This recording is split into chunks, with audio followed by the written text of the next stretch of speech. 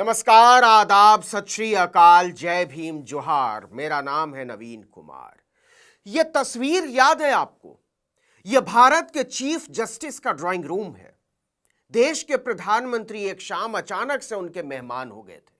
तारीख थी 12 सितंबर और बहाना था गणेश पूजा का। पता नहीं वीडियो वाले का इंतजाम मोदी करके गए थे या यह चीफ जस्टिस की अपनी व्यवस्था थी, लेकिन जैसी की आशंका थी, मोदी ने इस तस्वीर को राजनीति के मैदान में उछालना शुरू कर दिया है। चीफ जस्टिस के ड्राइंग रूम की फोटो का राजनीति के मैदान में उछलना कोई साधारण घटना नहीं है, वो भी तब जब उछालने वाला आदमी देश का प्रधानमंत्री हो। इस पर आएंगे, लेकिन पहले एक सवाल, और सवाल बहुत बड़ा है। मेरे हाथ में 18 सितंबर का टाइम्स ऑफ इंडिया है, दिल्ली संस्करण का पेज नंबर 7। इसकी टॉप हेडलाइन जरा गौर कीजिए, किसी का भी ध्यान खींच लेगी। Posting of 3 high court chief justice designate changed on government sensitive info, collegium finds merit in inputs, 4 other picks stay unchanged. मतलब सरकार से मिली संवेदनशील जानकारी के आधार पर 3 हाईकोर्ट्स के बनने वाले चीफ जस्टिस बदल दिए गए इधर से उधर, जबकि 4 वैसे ही रहेंगे। हम किसी भी तरह से सुप्रीम कोर्ट की मंशा पर सवाल खड़े नहीं कर रहे हैं, लेकिन क्या यह पूछना नैतिकता के दायरे में नहीं आता कि क्या यह इत्तेफाक है कि PM Modi chief justice DY Chandrachud के घर जाते हैं और 5 दिन बाद खबर आती है कि देश के 3 हाई कोर्ट्स के बनने वाले चीफ जस्टिस बदल दिए गए। वो चीफ जस्टिस जिस पर खुद डीवाई चंद्रचूड़ की अध्यक्षता वाले कॉलेजियम ने मुहर लगाया था। आपको बता दें कि देश के किसी भी हाई कोर्ट या सुप्रीम कोर्ट में जजों की नियुक्ति कॉलेजियम करती है। इस कॉलेजियम में चीफ जस्टिस के अलावा 2 वरिष्ठ जज होते हैं। जैसे इस समय कॉलेजियम में चीफ जस्टिस डीवाई चंद्रचूड़ के अलावा जस्टिस संजीव खन्ना और जस्टिस बीआर गवई सदस्य हैं। कानून के जानकार बताते हैं कि हर तरह की क्लियरेंस के बाद ही किसी भी जज की नियुक्ति पर मुहर लगाई जाती है। इसके बाद ही नोटिफिकेशन जारी किया जाता है। फिर ऐसा क्या हुआ कि मोदी चंद्रचूड़ के घर जाते हैं और चंद्रचूड़ खुद केवल 5 दिन बाद अपना निर्णय बदल देते हैं? क्या इस पर संदेह होना अस्वाभाविक है? गौर कीजिएगा, यह सब कुछ सीक्रेट तरीके से होता है। मतलब हमको आपको पारदर्शिता के तहत यह जानने या पूछने का कोई हक नहीं है कि ऐसा क्यों किया गया।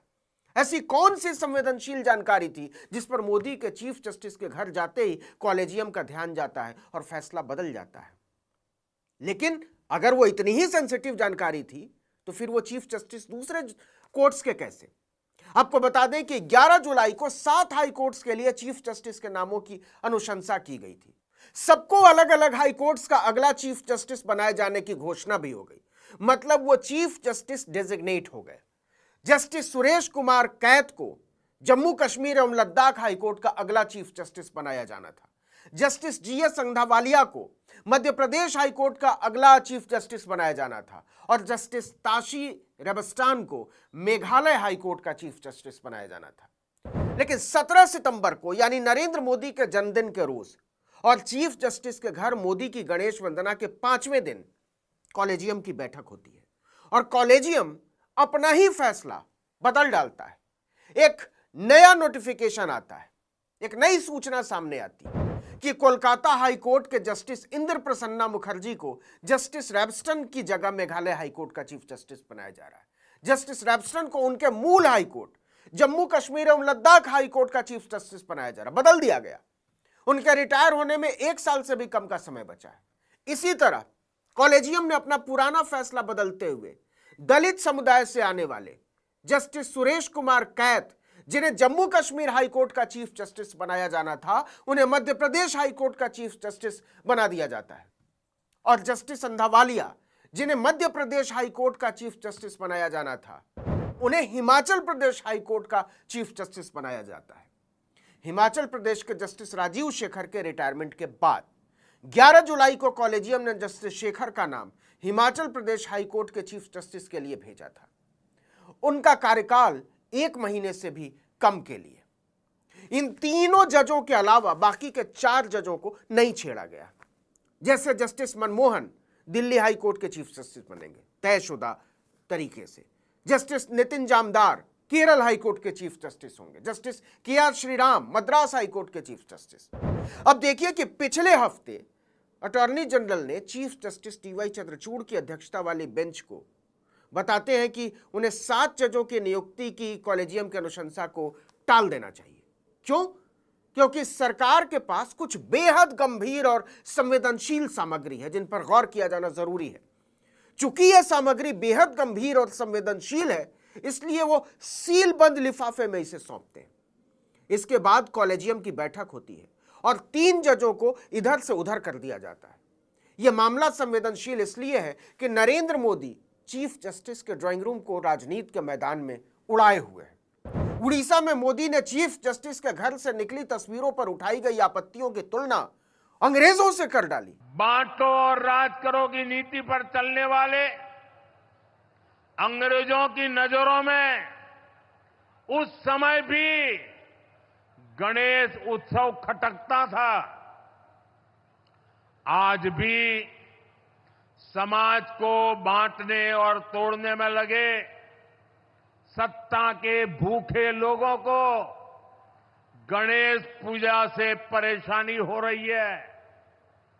आपने देखा होगा कांग्रेस और उसके इकोसिस्टम के लोग पिछले कुछ दिनों से इसलिए भड़के हुए हैं क्योंकि मैंने गणपति पूजन में हिस्सा लिया था। क्या यह कोई मामूली बात है? और अभी तो खेल शुरू हुआ है। महाराष्ट्र का चुनाव आने दीजिए।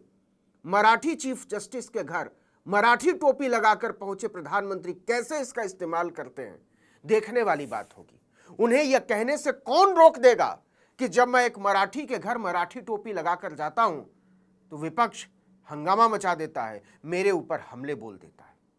कुछ तस्वीरें सिर्फ और सिर्फ इस्तेमाल के लिए खींची जाती है और खिंचवाई जाती है। किसी भी जज को इतना बेचारा नहीं होना चाहिए कि उसके ड्राइंग रूम की पर्सनल फोटो को कोई राजनीति के बाजार में उछाल दे। यह मानना बहुत मुश्किल है कि भारत जैसे विशाल देश के चीफ जस्टिस जैसे ताकतवर आदमी के बैठक खाने की तस्वीर कोई उनकी मंजूरी के बिना पूरे मुल्क में उछालता फिरेगा। यह कहना जोखिम भरा है, लेकिन बावजूद इसके संदेश यही गया है कि नरेंद्र मोदी चीफ जस्टिस के घर केवल जय देव करने नहीं गए थे। यह बात झूठी हो सकती थी अगर मोदी उस वंदना को चीफ जस्टिस के ड्राइंग रूम में ही छोड़ आते, उसे राजनीति के मेले में न उछालते। लेकिन उस दिन भी पता था कि मोदी धर्म को राजनीति के आडंबर में घसीटे बिना नहीं रहेंगे, और यह डर सही निकला।